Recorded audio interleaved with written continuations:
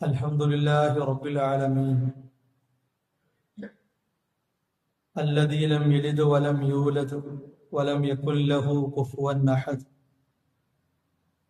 اللهم صل على محمد وعلى آل محمد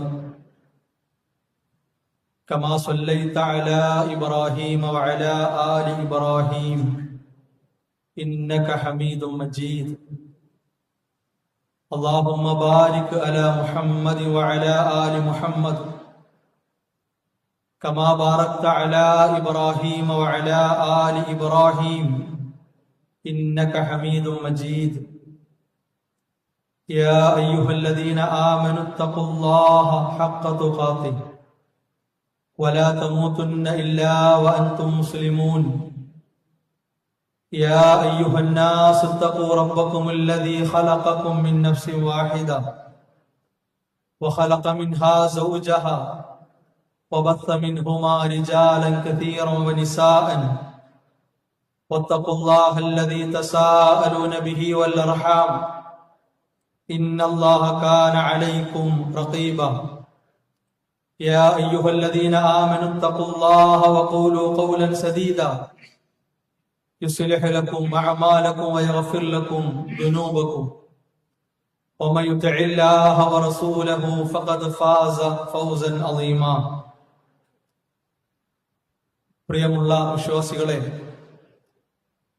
സഹോദരങ്ങളെ, സഹോദരിമാരെ,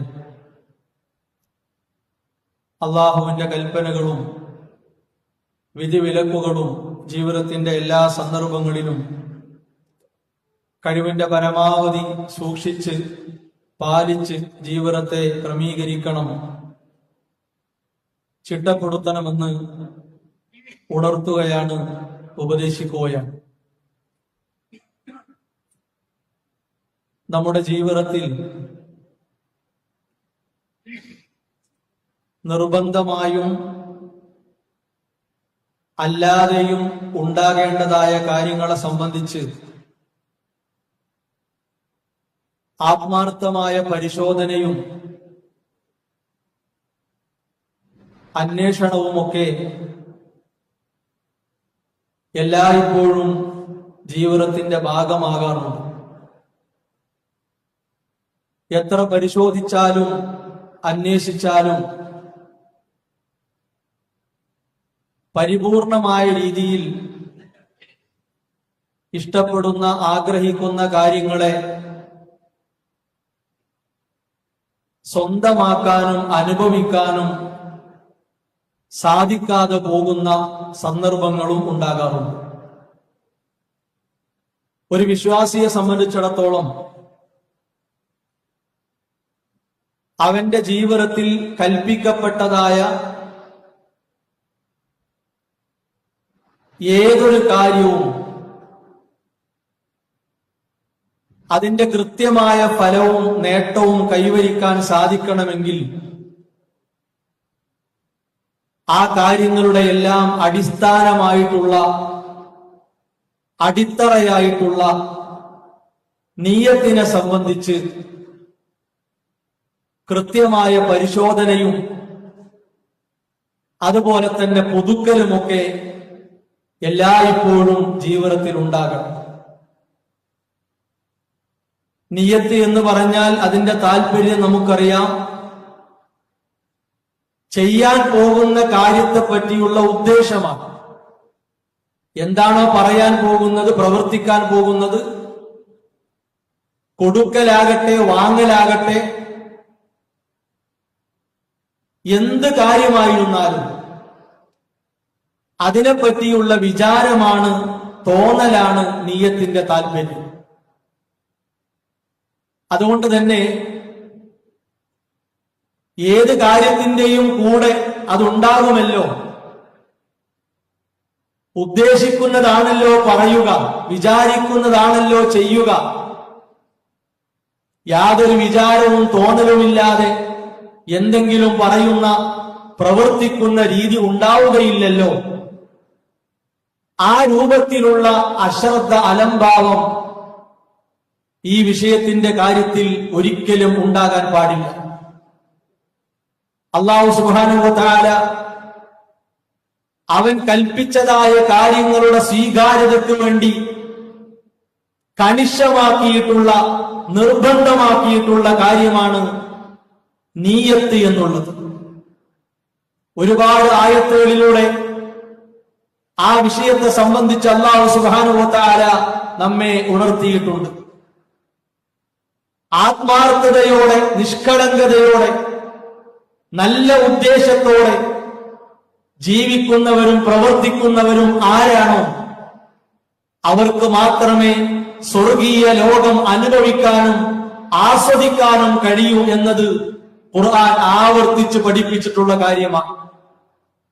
അല്ലാഹു സുബ്ഹാനഹു വ തആല ഉണർത്തി, ഇല്ലാ ഇബാദല്ലാഹിൽ മുഖ്ലസീൻ, നിഷ്കളങ്കരായ ആത്മാർത്ഥരായ അടിമകൾക്ക് വേണ്ടിയാണ് സ്വർഗമെന്ന അനുഗ്രഹം ഒരുക്കിയിട്ടുള്ളത്.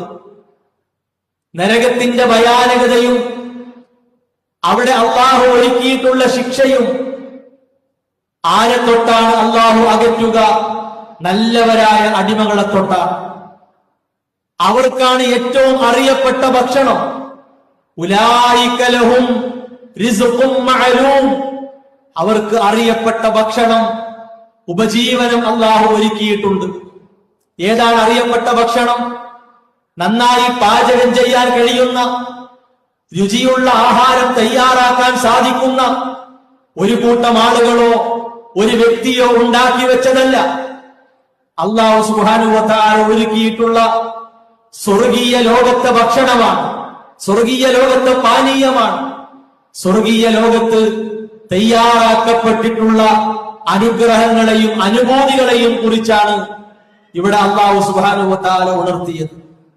സഹോദരങ്ങളെ, ഓരോരുത്തർക്കും പരിപൂർണമായി വേണ്ടുവോളം അല്ലാഹു കൊടുക്കുന്ന സ്വർഗമാകുന്ന ഈ ഓഹരിയെ, വിഹിതത്തെ, അനന്തര സ്വത്തിനെ കരസ്ഥമാക്കാൻ നമുക്ക് സാധിക്കണമെങ്കിൽ നമ്മുടെ നീയത്തിനെ നന്നാക്കാൻ സന്നദ്ധരാകണം. നമ്മുടെ നീയത്തിനെ പുതുക്കിക്കൊണ്ടേയിരിക്കണം.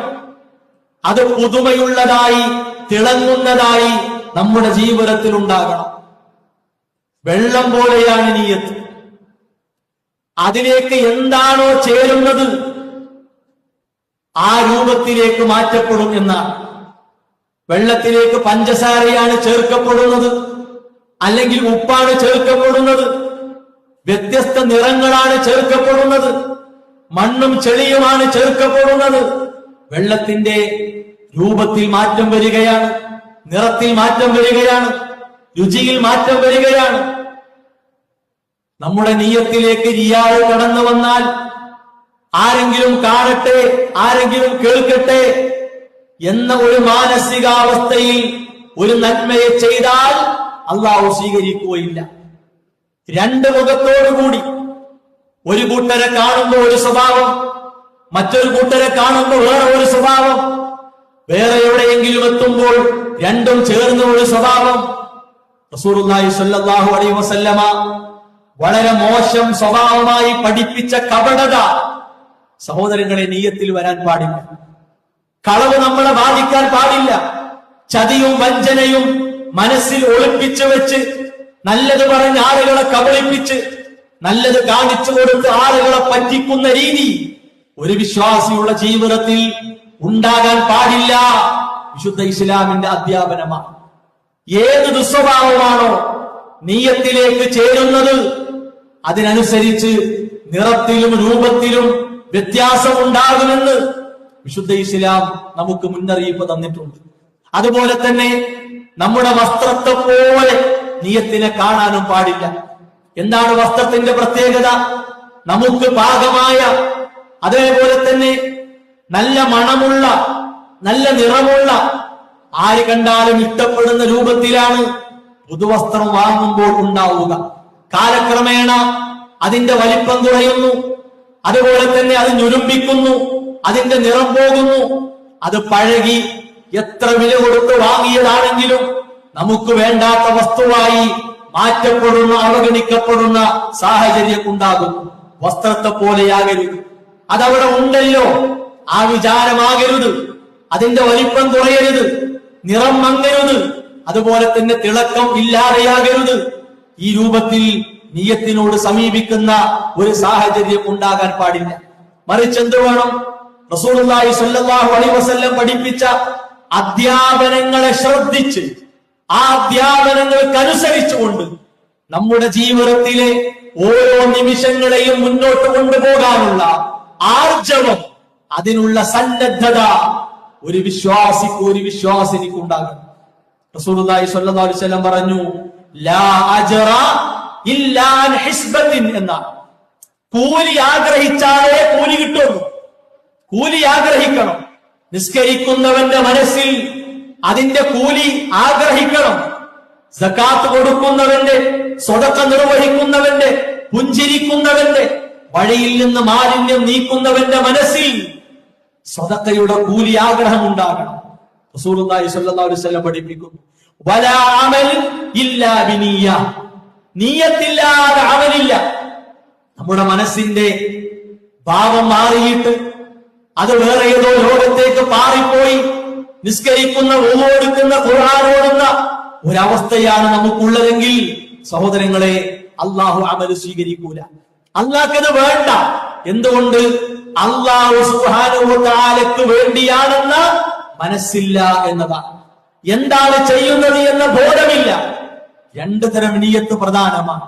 എന്താണ് ചെയ്യുന്നത്, എത്രയാണ് ചെയ്യുന്നത്, ഏത് നേരത്താണ് ചെയ്യുന്നത്, ഇതാണ് ഒരു നിയ്യത്ത്. ളുഹർ നിസ്കരിക്കുന്ന ഒരാൾ ആ സമയത്തെ പറ്റി ബോധമുള്ളവരാകണം. നിസ്കാരത്തിന്റെ റക്അത്തിനെ പറ്റി ബോധമുണ്ടാകണം. നിസ്കാരത്തിലാകണം അവന്റെ മനസ്സ്. വേർതിരിച്ച് കാണിക്കാൻ നമുക്ക് സാധിക്കണം. രണ്ടാമത്തേതോ ആത്മാർത്ഥമായിരിക്കണം. അല്ലാഹ്ക്ക് വേണ്ടി മാത്രമാണ്. പാപ്പാക്ക് വേണ്ടിയല്ല, ഉമ്മക്ക് വേണ്ടിയല്ല, കാരണവർക്കാർക്ക് വേണ്ടിയല്ല, ഉസ്താദുമാർക്കോ നേതാക്കന്മാർക്കോ നാട്ടുകാർക്കോ വേണ്ടിയല്ല. എന്റെ റബ്ബിന് വേണ്ടിയാണ്. എന്റെ റബ്ബിന് വേണ്ടിയാണ്. മനസ്സറിയുന്ന, അതിന്റെ ചലനമറിയുന്ന റബ്ബിന് വേണ്ടിയാണ്. ഈ ബോധം അനിവാര്യമായും ഉണ്ടാകണം. റസൂലുള്ളാഹി സ്വല്ലല്ലാഹു അലൈഹി വസല്ലം പറഞ്ഞു, ഇന്നമൽ അഅമാൽ ബിന്നിയ്യാത്ത്. അമലുകളൊക്കെ നിയ്യത്തുകൾക്കനുസരിച്ചാണ്. നിയ്യത്തുണ്ടോ അത് മാത്രമേ സ്വീകരിക്കപ്പെടുകയുള്ളൂ. റസൂലുള്ളാഹി സ്വല്ലല്ലാഹു അലൈഹി വസല്ലമയുടെ അധ്യാപനത്തിലുള്ളതാണ്, ഖുർആനിലുള്ളതാണ്, ഹദീസുകളിലുള്ളതാണ്, സ്വഹാബത്ത് ശീലിച്ചതാണ്. ഇത് മാത്രം പോരാ. മറിച്ചെന്ത് വേണം? ആ കർമ്മത്തിന്റെ കൂടെ തുടക്കം മുതൽ ഒടുക്കം വരെ മനസ്സുണ്ടാവുക എന്നത് വളരെ പ്രധാനമാണ്. ഏതൊരു മനുഷ്യനും അവൻ എന്താണോ ഉദ്ദേശിച്ചത് അത് മാത്രമേ കിട്ടുള്ളൂ. അത് മാത്രമേ കിട്ടുള്ളൂ. സ്വതക്ക നൽകുന്ന നേരത്ത് അള്ളാഹ്ക്ക് വേണ്ടിയാണ്, ആരും കാണണ്ട എന്ന മനസ്സാണ്. പെട്ടെന്ന് മനസ്സിങ്ങനെ മാറുക. നാലാൾ അറിഞ്ഞോട്ടെ, ഞാൻ അവരോടൊന്ന് പറയട്ടെ, നിങ്ങൾ പരസ്യപ്പെടുത്തിക്കോളി, എല്ലാവരും അറിയിച്ചോളി, ഞാൻ ഇത്ര തന്നു, എല്ലാവരും അറിഞ്ഞോട്ടെ എന്ന മനസ്സിലേക്ക് മാറ്റപ്പെടുക വഴി വട്ടപൂജ്യമാവുകയാണ്, കാര്യാവുകയാണ്. അള്ളാഹു സ്വീകരിക്കൂല. എന്നാലോ മറ്റുള്ളവർക്ക് പ്രചോദനമാകട്ടെ, അവർക്ക് ഒരു ആവേശം ഉണ്ടാകട്ടെ, അവർക്ക് ഒരു താല്പര്യം ഉണ്ടാകട്ടെ എന്ന നിലക്കാണോ ഇസ്ലാം അതിനെ പ്രോത്സാഹിപ്പിച്ചു. അതാണ് പലപ്പോഴും ആളുകൾ കാണുന്ന രൂപത്തിൽ നമ്മൾ കൊടുക്കുന്നു, കാണുന്ന രൂപത്തിൽ ചെയ്യുന്നു. അതെന്തിനാണ്? പ്രചോദനമാണ്, മറ്റുള്ളവരെ പഠിപ്പിക്കലാണ്. ഇങ്ങനെയാണ് ചെയ്യേണ്ടത് എന്ന് അവരെ തെര്യപ്പെടുത്തലാണ്. അവരെ കാണാനോ അവരെ കയ്യടി കിട്ടാനോ വേണ്ടിയല്ല, അവരെ സ്വീകാര്യത കിട്ടാൻ വേണ്ടിയല്ല. ആ മനസ്സിൽ ആര് ചെയ്താലും അത് ഫലം കാണുകയില്ല. നോക്കൂ നിങ്ങൾ, മഹാനായ ഇമാം അൽ ബുഖാരി റഹിമഹുള്ള ബൃഹത്തായ കനംപ്പെട്ട സ്വഹീഹുൽ ബുഖാരി എന്നറിയപ്പെട്ട ആ ഗ്രന്ഥം രചിക്കുകയാണ്. അത് രചിക്കാൻ പോകുമ്പോ ഒന്നാമത്തെ അധ്യായത്തിൽ ഒന്നാമത്തെ ഹദീസ് കൊടുത്തത് ഇന്നമൽ അഅമാലു ബിന്നിയ്യാത്ത്. അമലുകളൊക്കെ നിയ്യത്തുകൾക്കനുസരിച്ചാണ്. എന്തിനാ അത് കൊടുത്തത്? ഇനി അദ്ദേഹം ചെയ്യാൻ പോകുന്ന ഈ കാര്യത്തിൽ ഉദ്ദേശം മാറരുത്, ലക്ഷ്യം തെറ്റരുത്, ദുന്യാവിന് വേണ്ടി ആകരുത്. അതുകൊണ്ട് നോക്കൂ നിങ്ങൾ, ആ ഗ്രന്ഥത്തിന് തുല്യമായ ഒരു ഗ്രന്ഥം ലോകത്ത് ഇന്നുവരെ രചിക്കപ്പെട്ടിട്ടില്ല. അത്രയും മഹത്തായ, സ്വീകാര്യത കിട്ടിയ, സമ്പന്നമായ ഗ്രന്ഥം. അതാണ് അള്ളാഹു സ്വീകരിച്ചു, അള്ളാഹു അതിന് വിജയം കൊടുത്തു എന്നതിന്റെ ഏറ്റവും വലിയ തെളിവാണ്. ഉദ്ദേശം കേടായാൽ എല്ലാം കേടാവുകയാണ്, എല്ലാം ഫസാദാവുകയാണ്. അതുകൊണ്ട് സഹോദരങ്ങളെ, അള്ളാഹുവിന്റെ നോട്ടം നമ്മുടെ മനസ്സിലേക്കാണെന്ന ചിന്ത നമ്മുടെ തലയിലേക്കല്ല, ശരീരത്തിലേക്കല്ല, ഏതെങ്കിലും ഒരു അവയവത്തിലേക്കല്ല, നമ്മുടെ വസ്ത്രത്തിലേക്കല്ല, നമ്മുടെ മനസ്സിലേക്കാണ്. നമുക്ക് പോലും നമ്മുടെ മനസ്സിലേക്ക് നോക്കാൻ കഴിയുന്നില്ല. നമ്മുടെ മനസ്സിന്റെ കോലം എന്താണ്, അതിന്റെ രൂപം എന്താണ്, അതിന്റെ നിറം എന്താണ്, എത്ര ശതമാനം പാപങ്ങളുടെ കറയുണ്ട്, എത്ര ശതമാനം നന്മയുണ്ട്, നമുക്ക് തന്നെ അറിയില്ല. അതാണ് നമ്മുടെ അവസ്ഥ. പക്ഷേ ലോകത്തുള്ള സകല മനുഷ്യരുടെയും മനസ്സറിയുന്നവൻ അല്ലാഹുവാണ്. റസൂലുള്ളാഹി സ്വല്ലല്ലാഹു അലൈഹി വസല്ലം പറഞ്ഞു, ഇന്നല്ലാഹ തആല ലാ യൻദുറു ഇലാ സുവരിക്കും വഅംവാലിക്കും. അല്ലാഹു നിങ്ങളുടെ തടിയിലേക്ക്, നീളത്തിലേക്ക്, വണ്ണത്തിലേക്കല്ല നോക്കുന്നത്, നിങ്ങളുടെ സമ്പത്തിലേക്കല്ല, എത്ര വരുമാനമുണ്ട്, എത്ര നീക്കിയിരിപ്പുണ്ട്, എത്ര ആസ്തിയുണ്ട്, അതല്ലാക്ക് ആവശ്യമില്ല. അല്ലാഹു നമുക്ക് തരികയാണ്, അതിന്റെ കണക്കല്ലാക്ക് ആവശ്യമില്ല. മറിച്ച് വലാകിൻ ഇന്നമാ യൻദുറു ഇലാ ഖുലൂബിക്കും വഅഅമാലിക്കും. അല്ലാഹു നോക്കുന്നത് നിങ്ങളുടെ ഖൽബിലേക്കാണ്, നിങ്ങളുടെ മനസ്സുകളിലേക്കാണ്. ആ മനസ്സിന്റെ പ്രചോദന ഫലമായി, ഈമാനിന്റെ പ്രചോദന ഫലമായി നിങ്ങൾ ചെയ്യുന്ന നന്മകളിലേക്കാണ്, നിങ്ങൾ പറയുന്ന നല്ല കാര്യങ്ങളിലേക്കാണ്, നിങ്ങൾ മനസ്സുകൊണ്ട് വിചാരിക്കുന്ന നന്മകളിലേക്കാണ് അല്ലാഹു നോക്കുന്നത്. ഇതാണ് നമ്മൾ പേടിയോടെ കാണേണ്ടത്. ഒരാളോട് സംസാരിക്കുമ്പോ, ഒരാളോട് പുഞ്ചിരിക്കുമ്പോ, സഹോദരങ്ങളെ, നമ്മുടെ മനസ്സിന്റെ അവസ്ഥ അയാൾക്കും അറിയില്ല, നമുക്കും അറിയില്ല. നമ്മളങ്ങനെ പുഞ്ചിരിക്കുന്നു, മനസ്സിലെവിടെയോ അയാളോട് വെറുപ്പ് നിറഞ്ഞു കിടക്കുന്നു. ഒരാൾക്ക് വേണ്ടി നമ്മൾ കരയുന്നു, അത് അയാൾക്ക് വേണ്ടി സങ്കടത്തോടെ കരയുകയാണോ, അതല്ല ഒരു തട്ടിക്കൂട്ടൽ കരയലാണോ, അയാൾക്കറിയില്ല, അയാൾക്കറിയില്ല. ഏതൊരാളുടെ മനസ്സും അറിയുന്നവൻ അള്ളയാണ്. ഈ പേടി നമുക്കില്ലെങ്കിൽ, ഈ പരിശോധനയും ഈ പുതുക്കലും തിരിച്ചറിവും നമുക്കില്ലെങ്കിൽ, സഹോദരങ്ങളെ, 24 മണിക്കൂറുകളിൽ പല മണിക്കൂറുകളിലും പലതും ചെയ്യുന്നു, പലതും പറയുന്നു, പലതും വിചാരിക്കുന്നു. എല്ലാം കുമിളകൾ പോലെയാകും, ധൂളികൾ പോലെയാകും. ഒരു കഴമ്പില്ലാത്ത പതിര് പോലെയായി അത് മാറ്റപ്പെടുന്ന സാഹചര്യം ഉണ്ടാകും. ഈ പേടി സദാ നമ്മെ അലട്ടിക്കൊണ്ടിരിക്കണം. മഹാനായ ഇബ്നു ഖയ്യിം റഹിമഹുല്ലാഹ് പറഞ്ഞ ഒരു വാക്ക് നോക്കൂ നിങ്ങൾ. നിയ്യത്ത് എന്ന് പറഞ്ഞാൽ ഫഹിയ റൂസുൽ അംർ, കാര്യത്തിന്റെ തലയാണ്, അതിന്റെ പ്രധാന ഭാഗമാണ്. വഅമൂദുഹു വഅസാസുഹു വഅസ്ലുഹു, അതിന്റെ അടിവേരാണ്, അതിന്റെ തൂണാണ്, അതിന്റെ അടിത്തറയാണ്. എന്ത് കാര്യമാകട്ടെ അതിന്റെ പ്രധാന ഭാഗമാണ് നിയ്യത്ത് എന്നുള്ളത്. അലൈഹി യുബ്ന, അമലുകൾ ഉണ്ടാക്കപ്പെടുന്നത് അതിന്മേലാണ്. ഫഇന്നഹാ റൂഹുൽ അമൽ, അത് കർമ്മത്തിന്റെ ആത്മാവാണ്. വഖായിദുഹു വസായിഖുഹു, അതിനെ മുന്നോട്ട് നയിക്കുന്ന, അതിന് നേതൃത്വം കൊടുക്കുന്ന ഏറ്റവും പ്രധാന ഭാഗമാണ്. വൽ അമലു താബിഉൻ ബിഹാ താബിഉൻ ലഹാ യുബ്ന അലൈഹാ, ഏതൊരു അമലും നിയ്യത്തിനെ തുടർന്നാണ്, നിയ്യത്തിന്റെ മേൽ ഉണ്ടാക്കപ്പെടുകയാണ്. യസിഹു ബിസിഹ്ഹതിഹാ, അതിന്റെ ശരിക്കനുസരിച്ച് ശരിയാകുന്നു. വയഫ്സുദു ഫസാദിഹാ, അതിന്റെ കേടനുസരിച്ച് അത് കേടാകുന്നു. വബിഹാ യുസ്തജ്ലബു തൗഫീഖ്, സഹോദരങ്ങളെ, തൗഫീഖ് ലഭിക്കണമെങ്കിൽ നിയ്യത്ത് അനിവാര്യമാണ്. മനസ്സിൽ വിചാരമില്ലാത്തവന് ഒരു കർമ്മത്തിലേക്ക് തൗഫീഖ് കിട്ടൂല, ഒരു നല്ലതിന്റെ ഭാഗമാകാൻ തൗഫീഖ് ലഭിക്കൂല. തൗഫീഖ് ലഭിക്കണമെങ്കിൽ നിയ്യത്ത് പ്രധാനമാണ്, നിയ്യത്ത് പ്രധാനമാണ്. പിന്നെയോ വബിഅദമിഹാ യഹ്സുൽ ഖദ്ലാൻ, നിയ്യത്തില്ലെങ്കിൽ പിന്നെ വരുന്നത് ചതിയാണ്, പിന്നെ വഞ്ചനയാണ്, പിന്നെ എല്ലാം വെറുതെയാണ്. വബിഹസ്ബിഹാ, ആ നിയ്യത്തനുസരിച്ച് തതഫാവതു ദറജാത്ത് ഫിദ്ദുനിയാ വൽ ആഖിറ, രണ്ട് ലോകത്തും നമ്മുടെ ദറജാത്തുകളിൽ മാറ്റമുണ്ടാകും. ഇവിടെ കൂടിയ നമ്മുടെ എല്ലാവരുടെയും നിയ്യത്തിന്റെ ശതമാനം ഒരുപോലെയല്ല, നാം ചെയ്യുന്ന കർമ്മങ്ങളിലെ ഭക്തി ഒരുപോലെയല്ല. അതുകൊണ്ട് സ്വീകാര്യതയിൽ വ്യത്യാസമുണ്ട്, തഫാവുത്ത്, ഏറ്റ വ്യത്യാസങ്ങൾ ഉണ്ട് എന്ന് മഹാനായ ഇബ്നു ഖയ്യിം റഹിമഹുല്ലാഹ് പഠിപ്പിക്കുകയാണ്.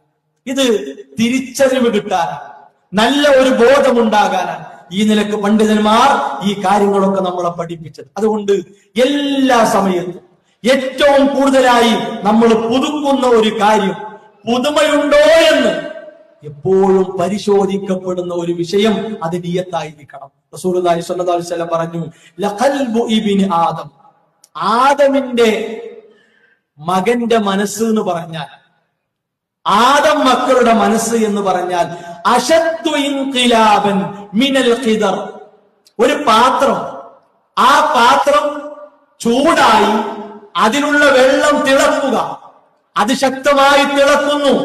ഇതാ ഇസ്തജ്മഅത് ഗലയാൻ, എന്തെങ്കിലും ഒരു വസ്തു വേവിക്കാൻ വേണ്ടി, പാകം ചെയ്യാൻ വേണ്ടി അതിനിട്ട് കഴിഞ്ഞാൽ ആ തിളക്കലിന്റെ ശക്തി കാരണം അതിന്റെ മാറ്റങ്ങൾ വരികയാണ്. അരിയിട്ടാൽ മാറുന്നു, മത്സ്യമിട്ടാൽ മാറുന്നു, മാംസമിട്ടാൽ മാറുന്നു. എന്താണോ അതിലേക്ക് ഇടുന്നത് ചൂടനുസരിച്ച് മാറുന്നു. ഇതിനേക്കാൾ ശക്തമായി തിളച്ചു മറിയുന്ന വെള്ളത്തിലേക്ക് എന്തെങ്കിലും ഇട്ടാൽ ഉണ്ടാകുന്ന മാറ്റത്തിനേക്കാൾ വേഗത്തിൽ മനുഷ്യന്റെ മനസ്സ് മാറിക്കൊണ്ടിരിക്കുന്നു എന്നാണ് റസൂലുള്ളാഹി സ്വല്ലല്ലാഹു അലൈഹി വസല്ലം പഠിപ്പിക്കുക. നമ്മുടെ ജീവിതത്തിലെ അനുഭവങ്ങൾ സഹോദരങ്ങളെ ഈ ഹദീസ് നമ്മോട് പറയുന്നുണ്ടാകും. ശരിയാണ്, എനിക്ക് ബോധ്യപ്പെട്ടിട്ടുണ്ട്, പലപ്പോഴും തോന്നിയിട്ടുണ്ട്. സെക്കൻഡുകൾക്കകം മനസ്സ് മാറിക്കൊണ്ടിരിക്കുകയാണ്. ആ മാറ്റം നമ്മുടെ വിശ്വാസത്തെ ബാധിക്കരുത്, നമ്മുടെ കർമ്മങ്ങളെ ബാധിക്കരുത്, നമ്മുടെ നിലപാടുകളെ ബാധിക്കരുത്. റസൂലുള്ളാഹി സ്വല്ലല്ലാഹു അലൈഹി വസല്ലം ഏറ്റവും കൂടുതലായി പ്രാർത്ഥിച്ചു, അല്ലാഹുമ്മ യാ മുഖല്ലിബൽ ഖുലൂബ് സബ്ബിത് ഖൽബി അലാ ദീനിക് സർരിഫ് ഖൽബി അലാ ദീനിക്. അല്ലാഹ്, നിന്റെ മാർഗത്തിൽ ഉറപ്പിച്ചു നിർത്തുന്ന, ഉറപ്പിച്ചു നിർത്തുക, ഒരംശം പോലും മാറ്റം ഉണ്ടാകരുത്, വ്യതിചലിക്കരുത്. റസൂലുള്ളാഹി സ്വല്ലല്ലാഹു അലൈഹി വസല്ലം പ്രാർത്ഥിച്ചതാണ്. അതുകൊണ്ട് പ്രാർത്ഥന കണിശമാക്കി, പ്രവർത്തനങ്ങളെ ശക്തമാക്കി നമ്മുടെ നിയ്യത്തിനെ ഉറപ്പിക്കാൻ വിശ്വാസികളായി നമുക്ക് സാധിക്കണം. അള്ളാഹു അതിനുള്ള സൗഭാഗ്യം പ്രദാനം ചെയ്യുന്നതാണ്.